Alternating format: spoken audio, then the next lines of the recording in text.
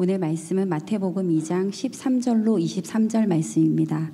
다 함께 봉독하시겠습니다. 그들이 떠난 후에 주의 사자가 요셉에게 현몽하여 이르되 헤롯이 아기를 찾아 죽이려 하니 일어나 아기와 그의 어머니를 데리고 애굽으로 피하여 내가 내게 이르기까지 거기 있으라 하시니 요셉이 일어나서 밤에 아기와 그의 어머니를 데리고 애굽으로 떠나가 헤롯이 죽기까지 거기 있었으니 이는 주께서 선지자를 통하여 말씀하신 바 애굽으로부터 내 아들을 불렀다 함을 이루려 하심이라. 이에 헤롯이 박사들에게 속은 줄 알고 심히 노하여 사람을 보내어 베들레헴과 그 모든 지경 안에 있는 산의 아이를 박사들에게 자세히 알아본 그때를 기준하여 2살부터 그 아래로 다 죽이니 이에 선지자 예레미야를 통하여 말씀하신 바 라마에서 슬퍼하며 크게 통곡하는 소리가 들리니 라헬이 그 자식을 위하여 애곡하는 것이라. 그가 자식이 없으므로 위로받기를 거절하였도다 함이 이루어졌느니라. 헤롯이 죽은 후에 주의 사자가 애굽에서 요셉에게 현몽하여 이르되 일어나 아기와 그의 어머니를 데리고 이스라엘 땅으로 가라.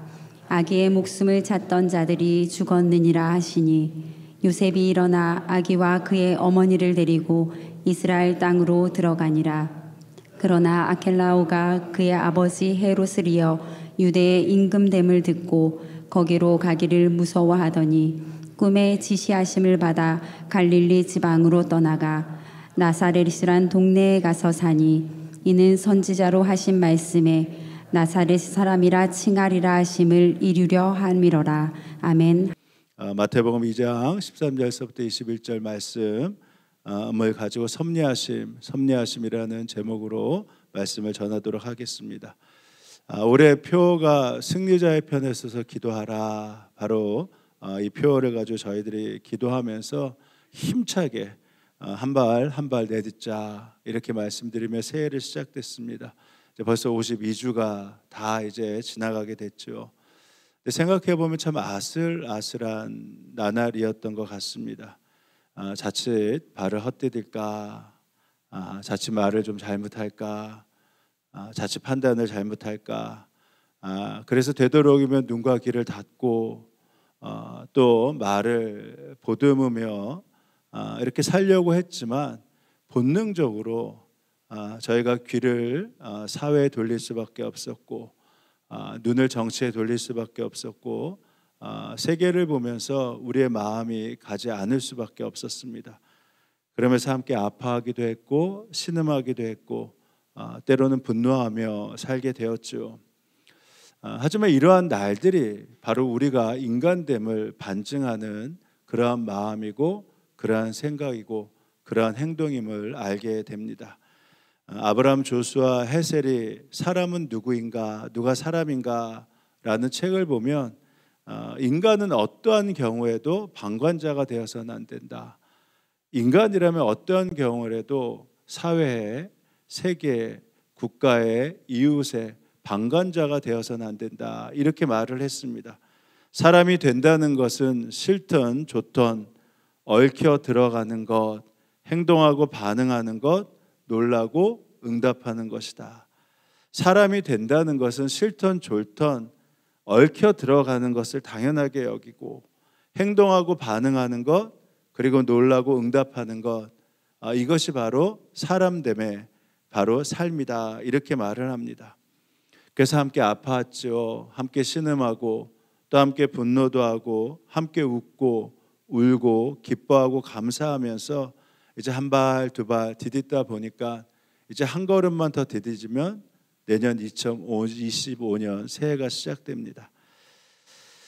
근데 올해를 이렇게 되짚어 보면 내년을 시작하고 한 걸음을 내딛는 것이 참으로 쉽지 않겠다. 그렇게 내딛는 것이 옳을까 하는 생각마저 드는 그러한 주간입니다. 불확실한 내일이 바로 우리 앞에 펼쳐져 있기 때문이죠. 어제 토요일에 아침에 일어나서 눈을 뜨고 기도를 하는데 충격적인 연말을 보내면서 내년을 맞는 것이 참 쉽지 않겠다. 여러모로 그런 생각이 들었습니다. 근데 저희가 저뿐만이 아니라 다 낭비하면서 살지 않았잖아요. 허랑방탕하게 그렇게 살지 않았잖아요. 오히려 최선을 다해서 살았고 최선을 다해서 우리의 삶을 드렸다 말입니다. 그렇다면 이렇게 걱정하고 염려하면서 새해를 시작할 것인가? 그때 제 마음에 기도하면서 떠올랐던 찬양이 바로 내 영혼 평안해, 바로 찬송가 413장이었습니다. 저도 목사지만 이 찬송가 가사를 다 외우는 건 아니잖아요. 근데 이렇게 시작하잖아요. 내 평생에 가는 길 순탄하여 늘 잔잔한가 같든지. 근데 이때만이 아니라 큰 풍파로 무섭고 어렵든지 그래도 할 수 있는 고백이 무엇입니까? 나의 영혼은 늘 평안해. 내 영혼 평안해. 내 영혼 평안해. 그래서 이 찬양을 이렇게 불렀어요. 근데 2절은 저 마귀는 우리를 삼키려고 입 벌리고 달려와도 평안할 수 있는 이유가 무엇이죠? 주 예수님이 우리의 대장되니까. 결국은 주 예수님이 끝내 싸워서 이겨주시니까. 내 죄가 주홍빛같이 그 붉게 되었다 하더라도 주 예수께 다 아뢰면 그 십자가로 우리를 다 씻어서 흰 눈보다 더 깨끗하게 씻어주시니까. 그리고 우리의 날마다의 기대는 다시 오실 주님에 대한 기대가 오늘도 앞으로도 영원히 있을 것이니까. 그래서 내 영혼이 평안할 수 있는 것입니다. 그래서 이 찬양을 아침에 계속 부르다가 우리 사역자들과 회의를 하면서 다른 때와 다르게 이 찬양을 부르면서 우리가 내년을 시작하면서 한 걸음 내딛는 것이 굉장히 이런 충격적인 연말 앞에서 쉽진 않지만, 그러나 분명한 것은 우리가 평안할 수 있고 내 영혼이 감사할 수 있고 내 영혼이 주님 앞에 온전한 기대 가운데 시작될 수 있다. 왜냐하면 우리의 대장 되신 예수님이 나의 왕이시고 나를 이끄시는 분이시고 나와 함께 하시기 때문입니다. 예수님이 나를 구원하시고 난 다음에 손 놓고 계신 분이 아니시잖아요. 오늘도 나와 함께 하시고 나의 삶을 간섭하시며 인도하신다는 그 사실을 우리가 믿기 때문에 우리가 오늘도 주 앞에 나아갈 수 있는 것 아니겠습니까? 그러니까 불확실한 내년을 준비하는 오늘, 그래서 우리는 평안한 것입니다. 사회적, 정치적, 경제적, 가정적 모든 면에서 불확실하지만 분명한 것은 섭리하심, 하나님의 인도하심과 간섭이 우리 가운데 함께하기에 여전히 작동하고 있기에 우리는 그 주님으로 평안하다, 이렇게 고백할 수 있는 것이죠. 오늘 본문을 읽다 보면 바로 그러한 사실을 우리가 분명하게 깨닫게 됩니다. 왜냐하면 메시아의 탄생과 모든 사건들이 하나님의 주권적인 섭리 아래, 하나님이 이끄시고 인도하시는 그 섭리 아래 움직여지고 있음을 우리가 성경을 통해서 분명히 볼 수 있기 때문입니다. 마리아가 잉태한 사실을 알았잖아요. 그때 마태복음 1장은 무엇이라고 말을 하죠? 이 모든 일이 이루어진 것은 주께서 선지자를 통해서 말씀하신 것이 이루어진 것이다. 그러니까 지금 현재 일어난 것이 아니라 하나님의 주권적인 계획이 역사의 시나리오 가운데 다 움직이다가 때가 되었을 때 하나님이 마리아를 통해서 잉태케 하셨다라는 것입니다. 바로 이때 하나님의 주권적인 계획이 있음을 요셉은 분명히 깨달았을까요? 성령으로 예수님이 잉태하여 배가 불러가는 가운데 마리아가 요셉이 급하게 마리아와 결혼하지 않습니까? 더 이상 이 갈릴리에는 있을 수가 없다. 그래서 어떻게 합니까? 그가 베들레헴으로 이주를 결정을 합니다. 왜냐하면 이곳에 있어서 더 이상 모욕과 어떤 의심을 받아서는 안 되기 때문입니다. 그래서 베들레헴으로 이주를 결정하는 근본적인 이유, 결정적인 이유는 바로 총독이 호족을 등록하라고 하는 그러한 명령이 떨어졌기 때문입니다. 요셉은 잘 됐다. 이참에 나만 가는 것이 아니라 마리아와 함께 그곳에 가서 거주하면서 아기를 낳고 당분간 살아야겠다. 그렇게 하면서 베들레헴 이주를 결정합니다. 그러나 우리는 알아요. 그가 결정했지만 그 안에는 누구의 섭리하심이 있었다? 하나님의 섭리와 하나님의 인도하심이 있었다. 왜냐하면 성경은 이렇게 기록하잖아요. 요셉의 이주는 자신의 결심이나 우연이 아니라 하나님의 섭리 가운데 있는 사건이었다. 왜냐하면 구약의 미가서에서 예수님의 탄생이 어디로 예언되어 있죠?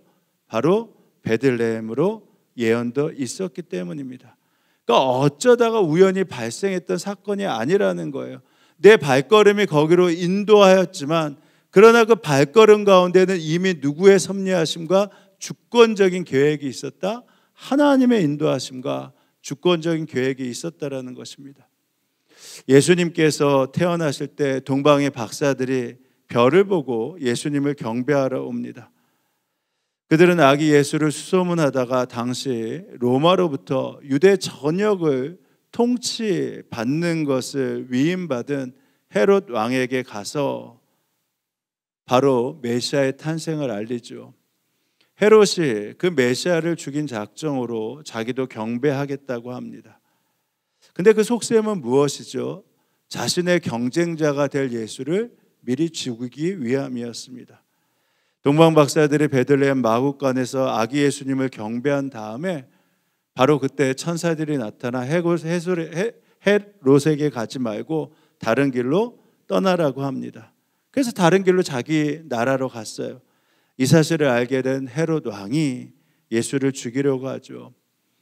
그때 천사가 나타나서 요셉에게 뭐라고 하죠? 애굽으로 피신해요.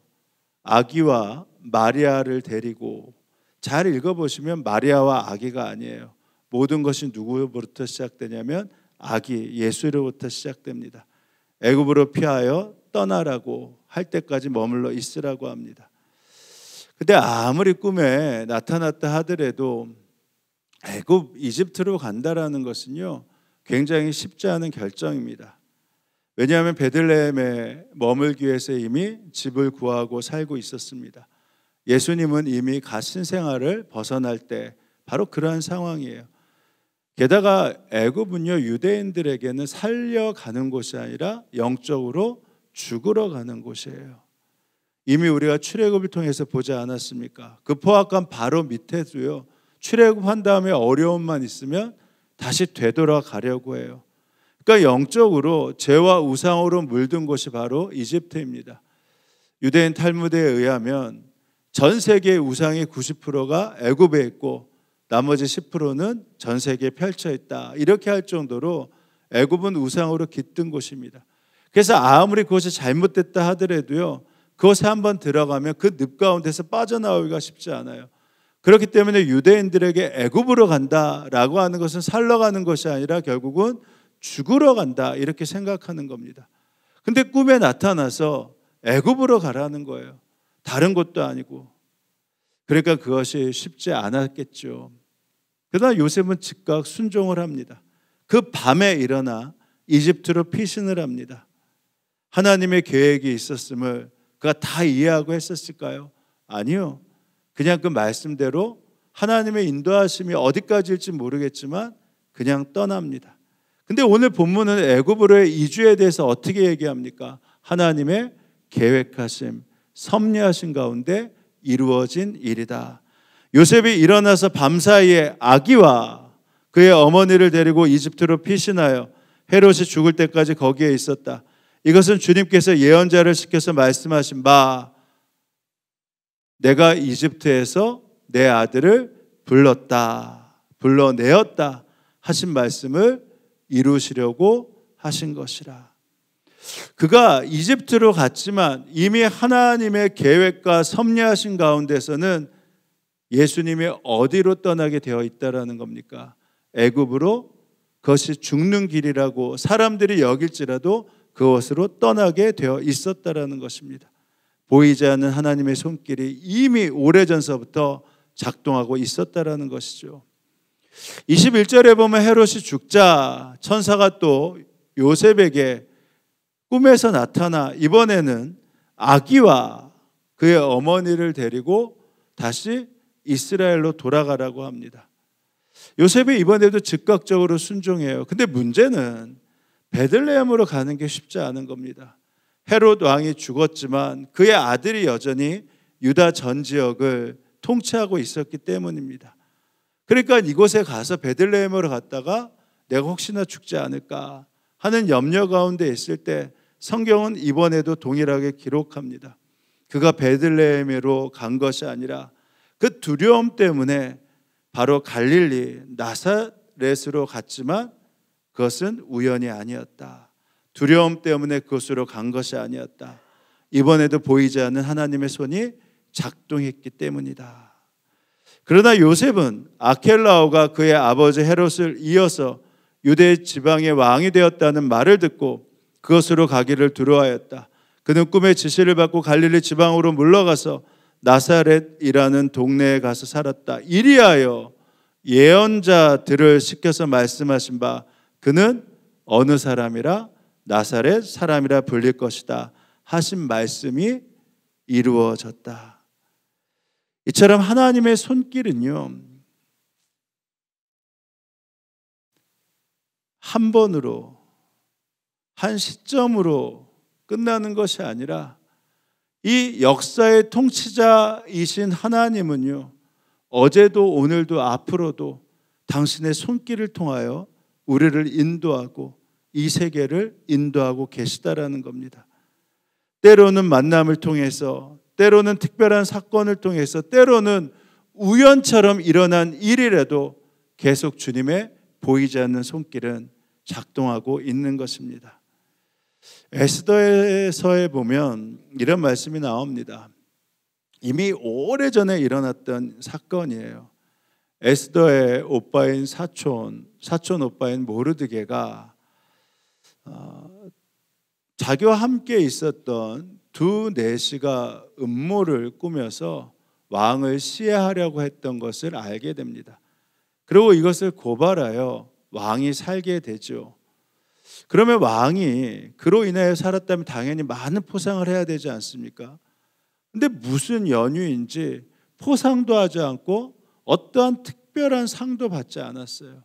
그냥 그 사건은 묻혀서 왕이 살았는데 그냥 그 사건이 그냥 지나가 버리고 맙니다.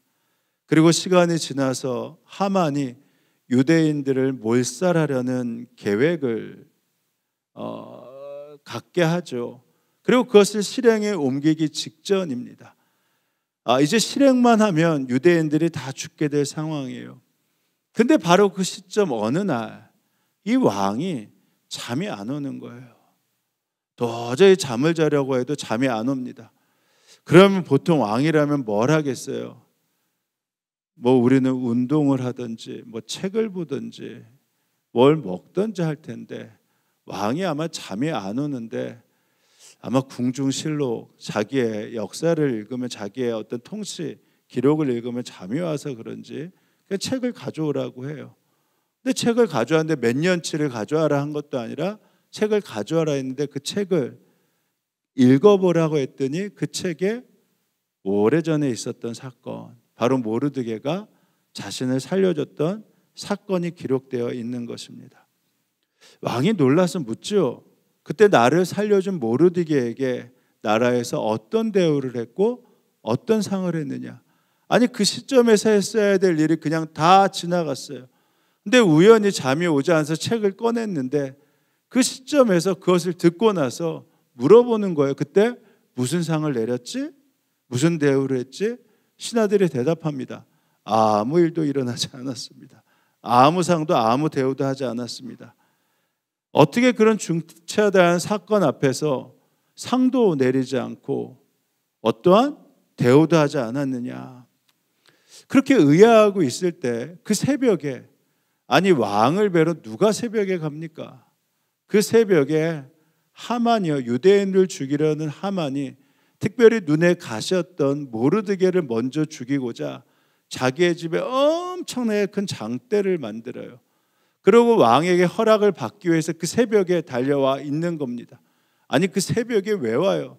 새벽에 잠을 자다가 깨가지고 있는데 누구 죽이자고 하면 그것들이 기분 좋을 사람이 어디 있겠습니까?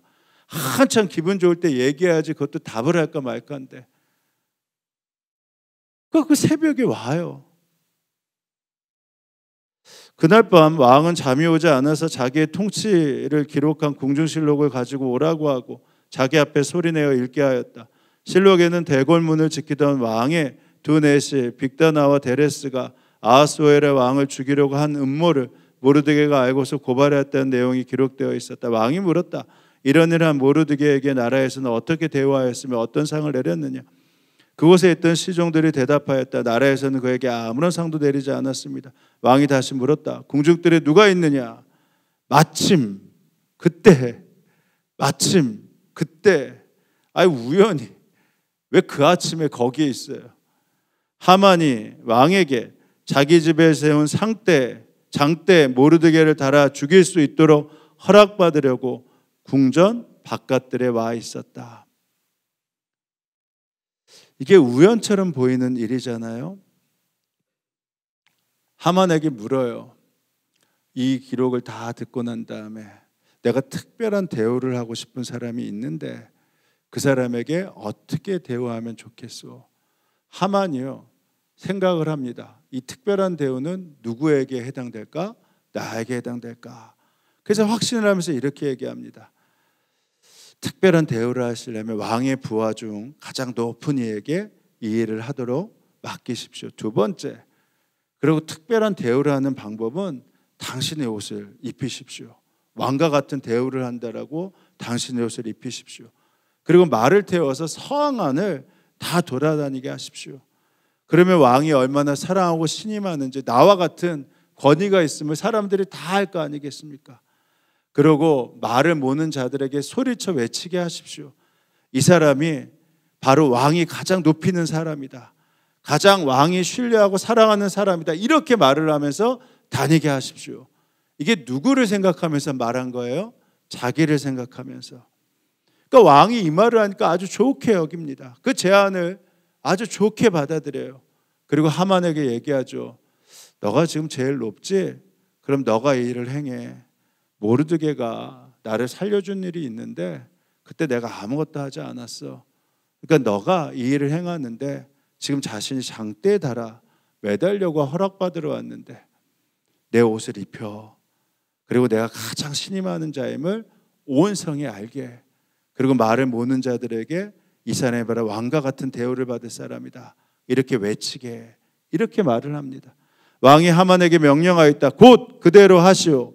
대궐문에서 근무하는 유다 사람 모르드게에게 내 옷과 말을 가지고 가서 경이 말한 대로 하여 주시오.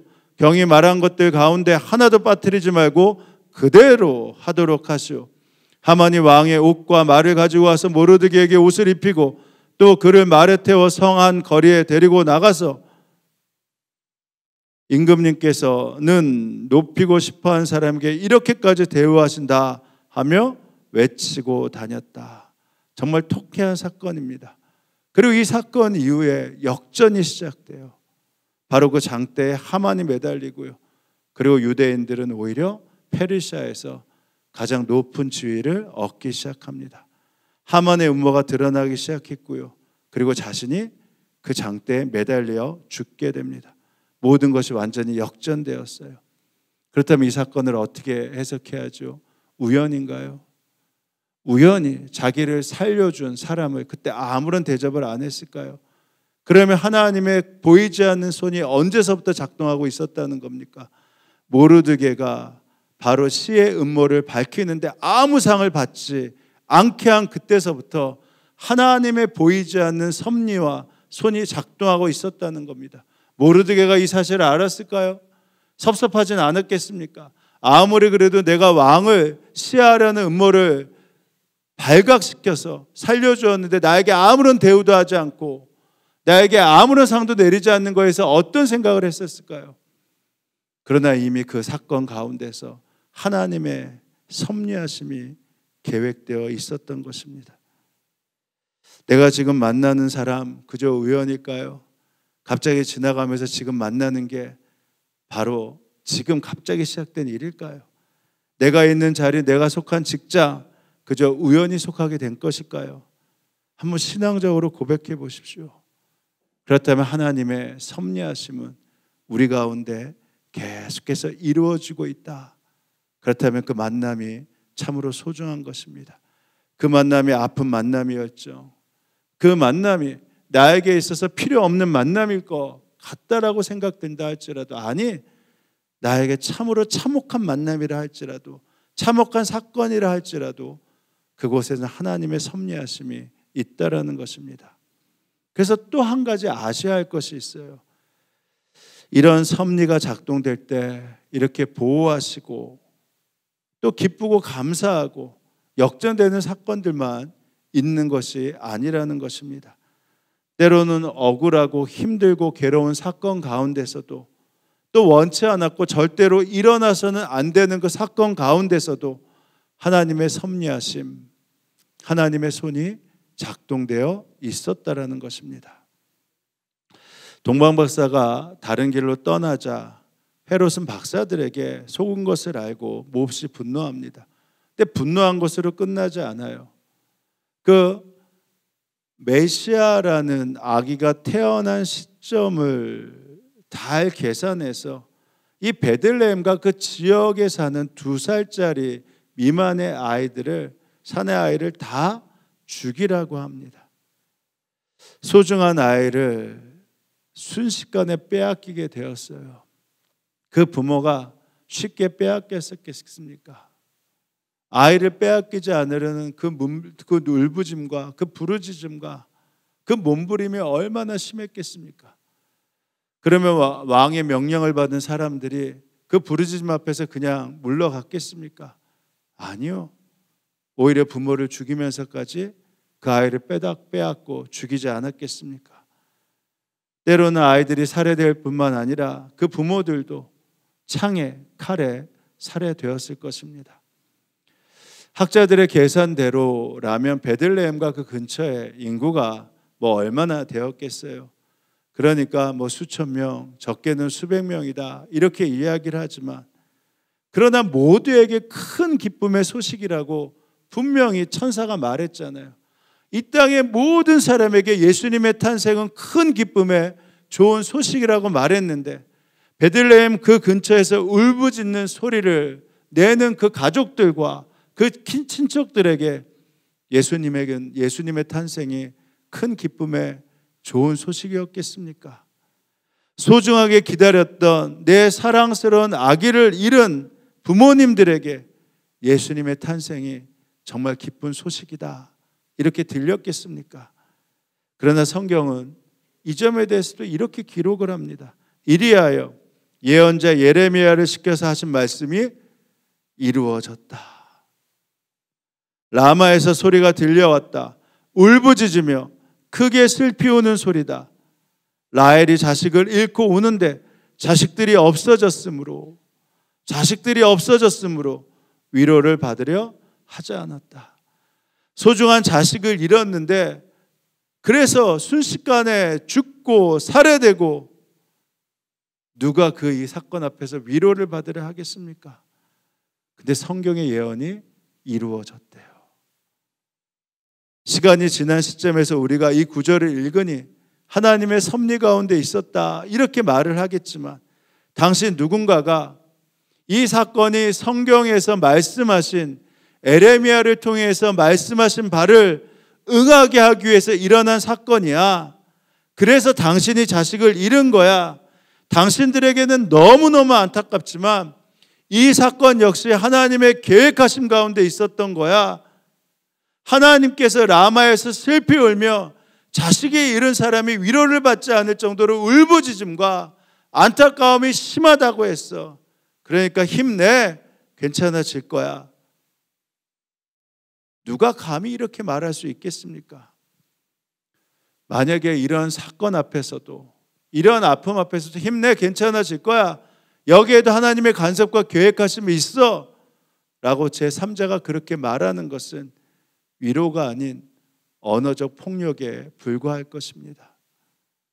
나왔잖아요. 어느 누구도 위로를 받으려 하지 않았다.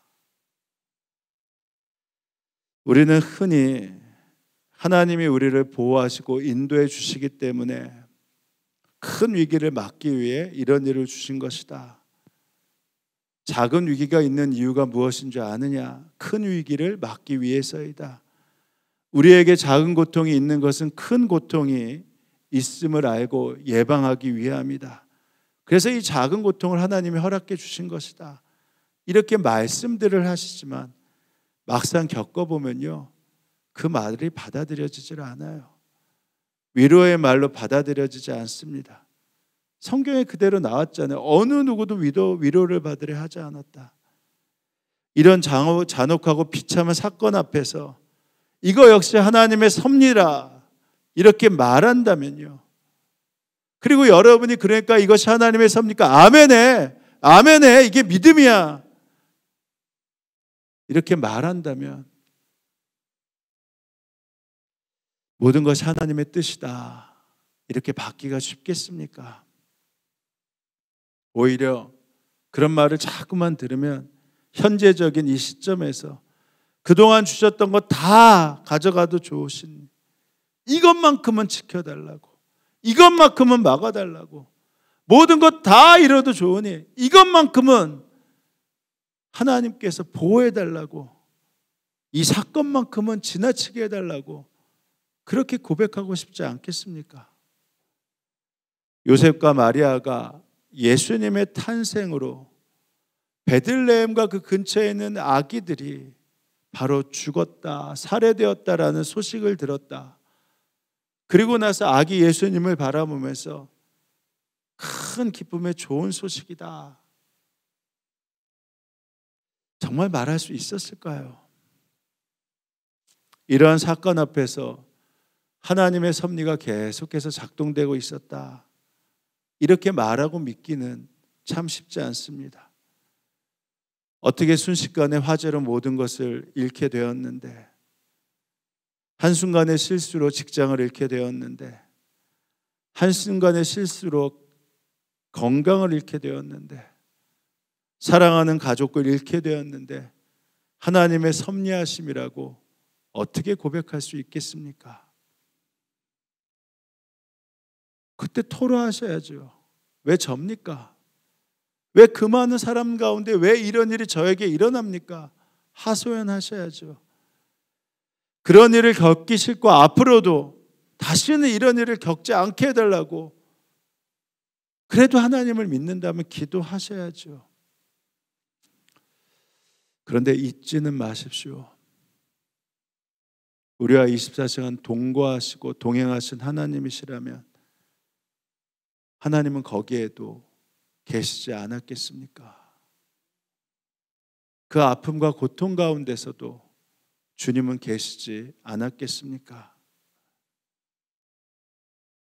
그렇다면 내 삶이 형통할 때, 역전되었을 때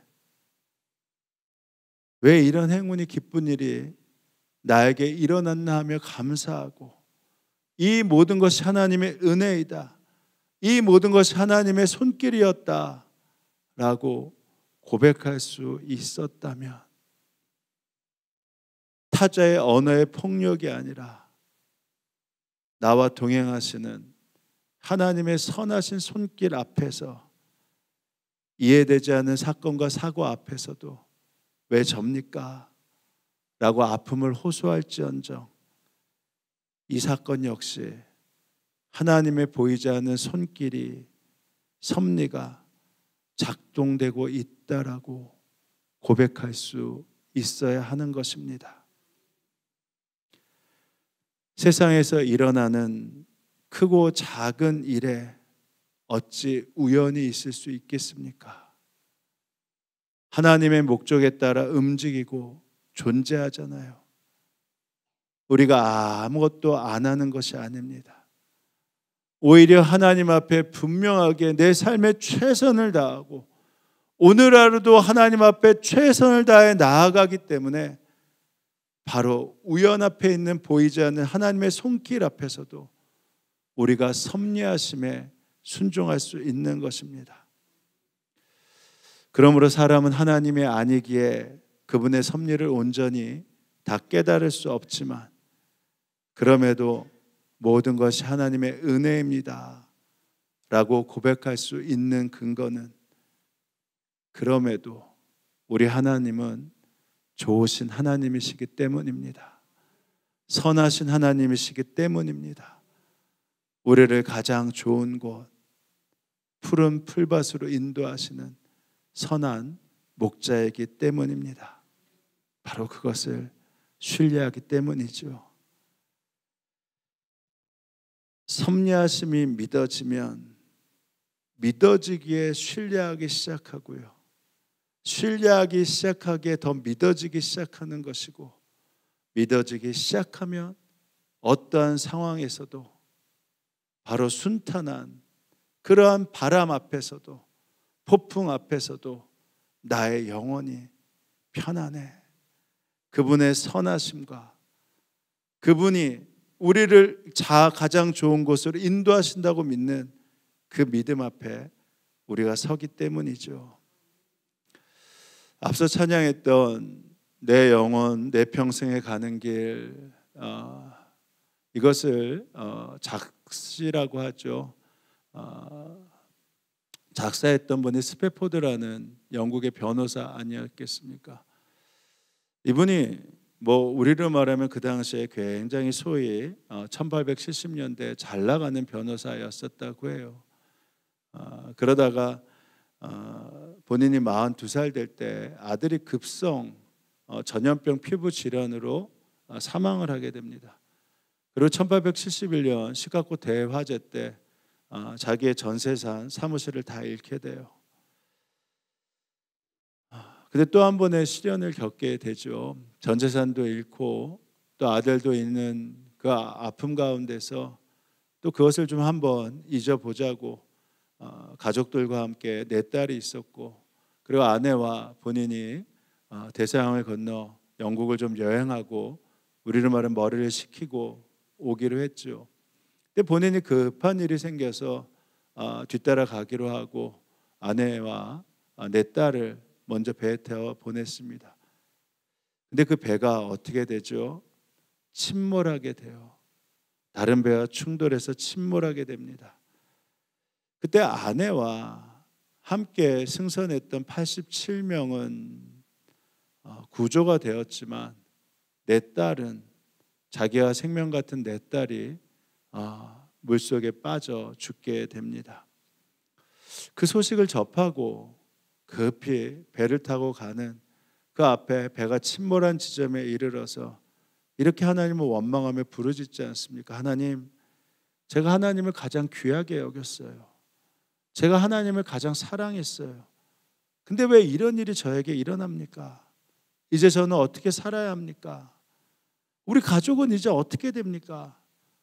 이렇게 절망 속에서 탄식하고 있을 때 이 창문 사이에 햇빛이 비추면서 그에게 말씀하셨다고 합니다. 전혀 뜬금없는 말씀이었다고 해요. 열왕기하 4장 26절, 아마 우리는 그동안 읽었어도 그냥 다 지나갔던 말씀입니다. 너는 달려가서 그를 맞아 이르기를 너는 평안하냐? 너는 평안하냐? 내 남편이 평안하냐? 내 아이가 평안하냐? 이렇게 물었던 그 장면이 나옵니다. 그때 여인이 그 모든 것을 잃고 모든 가뭄 가운데 있는 상황에서도 얘기해요. 예, 평안합니다. 근데 그 말씀 구절이 자기에게 심겨지기 시작합니다. 그냥 그 상황과 여건들이 잘 맞진 않지만 그냥 내 마음에 평안이라는 단어가 깊이 새겨지기 시작해요. 그때 알 수 없지만 깨닫지 못하겠지만 그럼에도 이 사건조차 하나님의 뜻이 내 삶에 이루어진 것이니 나는 평안하다라고 고백해야 되겠구나. 내 영혼이 평안하다고 고백해야 되겠구나 하면서 그때 주신 그 영감을 가지고 써내려간 시가 바로 우리가 앞에서 함께 읽었던 그리고 불렀던 바로 찬양입니다. 스패포드가 그 후 이렇게 고백하죠.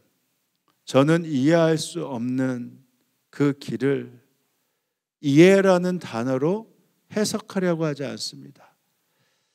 이 사건을 도저히 이해할 수 없는데 그것을 제가 제 이성과 제 방법과 제 노력으로 이해하려고 하지 않습니다. 저의 선택은 그럼에도 여기에 하나님의 섭리하심이 있었다, 하나님의 손길이 있었다라고 고백하며 선하신 주님을 더욱 붙잡고 믿음으로 나아가는 것입니다. 이해할 수 없는 상황에서 이해라는 단어를 가지고 그것들을 적용하면서 이해하려고 하는 것이 아니라 여기에도 보이지 않는 하나님의 손길, 섭리하심이 있었다라고 믿고 그럴수록 더욱 주님을 붙잡고 나아갔다라는 것입니다. 정말 그렇죠. 참된 평안은 예수님이 이 땅에 우리의 죄를 사하기 위해 오셨을 뿐만 아니라 바로 신실하시고 우리를 가장 잘 아시고 우리를 가장 좋은 길로 인도하시는 바로 그 예수님을 끝까지 신뢰하는 믿음에서 비롯되는 것입니다. 이제 말씀을 마칩니다. 사랑하는 여러분, 2024년 정말 다사다난했습니다. 아니 2024년은 정말 충격적인 한 해였습니다. 세계 역사에 기록될 대한민국의 사건들이 많았습니다. 그런데 누군가가 묻지요.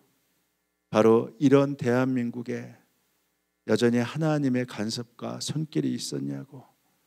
당신이 하나님의 섭리하신 가운데 있다라고 확신하며 대답할 수 있느냐라고 한다면 여러분 어떤 대답을 준비해 놓으셔야 하겠습니까?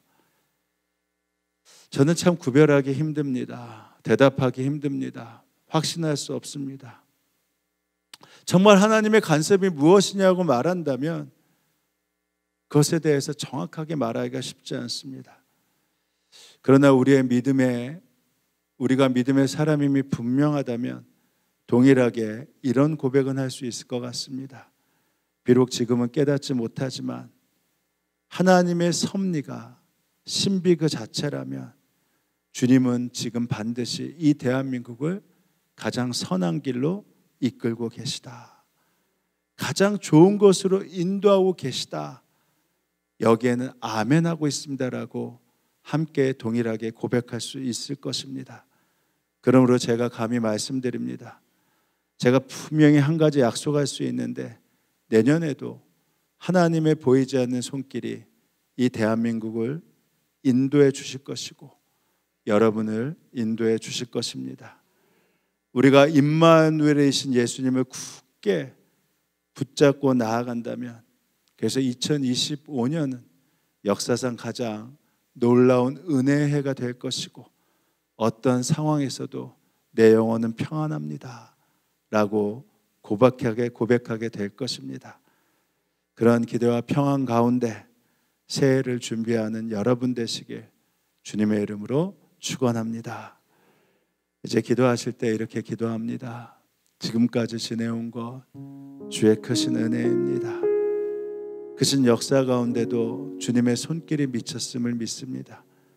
생각지도 못한 아픔 가운데도 주님의 선하신 섭리가 있었음을 믿습니다.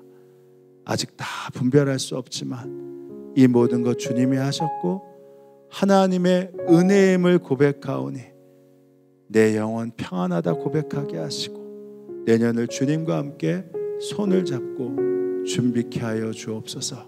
우리 이렇게 기도하시겠습니다. 기도합니다. 하나님 아버지 감사합니다. 하나님의 은혜와 약속 앞에서 우리가 나아가게 하시니 참으로 감사합니다. 갚을 길 없는 은혜 크신 역사 가운데도 주님의 손길이 내 삶을 애워싸는 주님의 선하신 섭리가 있습니다. 하나님의 은혜 오직 하나님의 은혜를 주저함 없이 주님과 함께 준비하게 하여 주옵소서. 그 땅을 밟은 예수 그리스도의 사랑과 능력 붙드시는 우리의 죄를 사하게 이 땅에 오신 주님, 하나님의 은혜, 은혜와 사랑이 충만하신 하나님 아버지, 주님의 예언의 성취이신 예수 그리스도로 인하여 감사합니다. 우연히 태어나신 분이 아니요, 이 땅 사람들이 말하는 단순한 성자가 아니라 하나님의 아들이신 예수님이 하나님의 섭리와 계속 계획 가운데 우리의 죄를 사하기 위해 이 땅에 오시고 지금도 약속으로 우리와 임마누엘 하나님으로 동행하여 주시고 우리를 인도하여 주심에 참으로 감사합니다. 주님, 비록 아직도 당신의 손길을 정확하게 이해하지는 못합니다. 그저 보이지 않아도 입을 꼭 다물며 아멘 할 뿐입니다. 그러나 이러한 고백이라도 주님 앞에 올릴 수 있게 하심 감사합니다. 왜 접니까? 하소연하며 넘어지는 것이 아니라 왜 접니까? 고통과 슬픔 가운데 아파하면서도 선하신 그 손길을 믿고 의지하고 일어나게 하신 감사합니다. 그러므로 주님, 지금까지 지내온 것 주님의 크신 은혜입니다.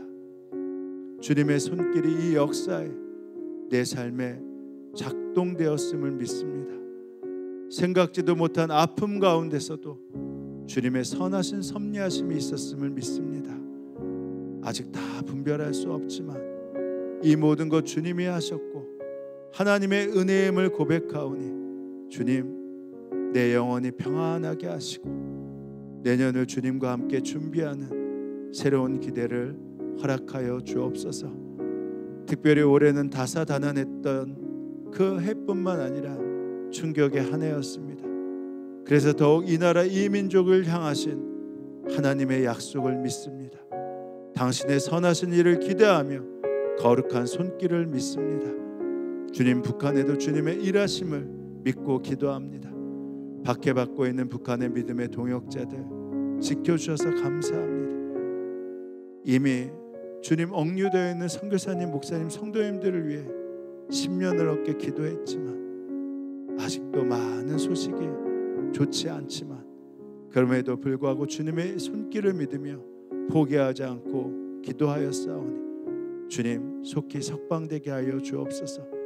열방에서 선교하고 계신 선교사님들을 통해 복음의 능력이 더해지게 하시고 병원 가운데 있는 성도들 주님 앞에 당당히 서서 주의 선하신 손길을 기대하며 보혈의 능력을 위에 기독케 하여 주옵소서.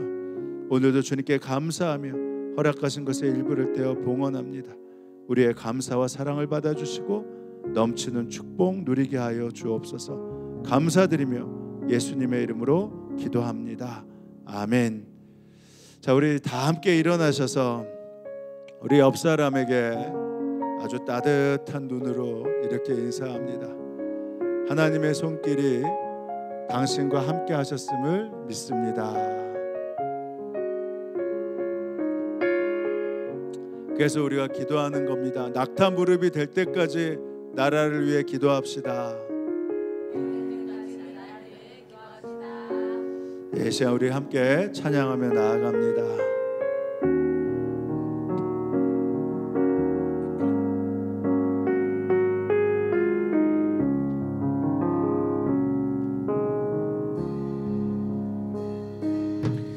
나를 지으신 이가 하나님, 나를 부르신 이가 하나님, 나를 보내신 이도 하나님, 나의 나 된 것은 다 하나님 은혜라. 나의 달려갈 길, 나의 달려갈 길 다가도록, 나의 마지막 호흡 다하도록 나로 그 십자가 품게 하시니 나의 나 된 것은 다 하나님 은혜라. 한량없는 은혜, 갚을 길 없는 은혜, 내 삶을 애워싸는 하나님의 은혜. 나 주저함 없이 그 땅을 밟음로 나를 붙드시는